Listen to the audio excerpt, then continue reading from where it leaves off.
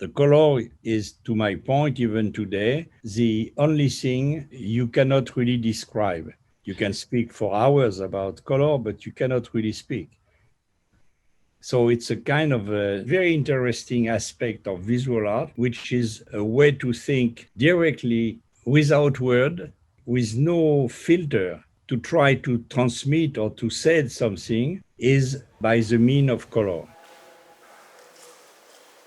I built little by little during the years a series of ways to use the color, but always with this kind of focus about the fact the use of color, for me, the most interesting possibility to work with visual art.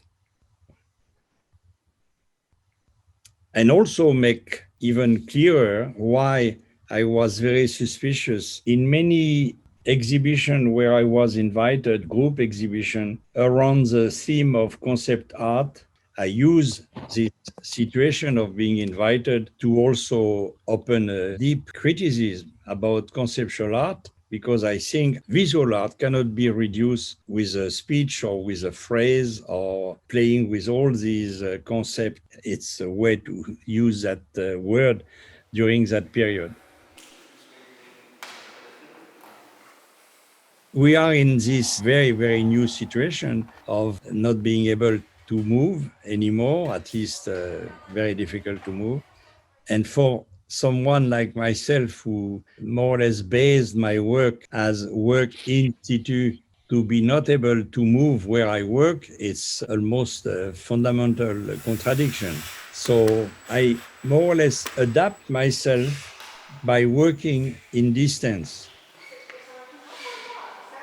So as an exercise, I was interested to start and to work like that. So I did different exhibitions since I cannot go to the place where I do the show.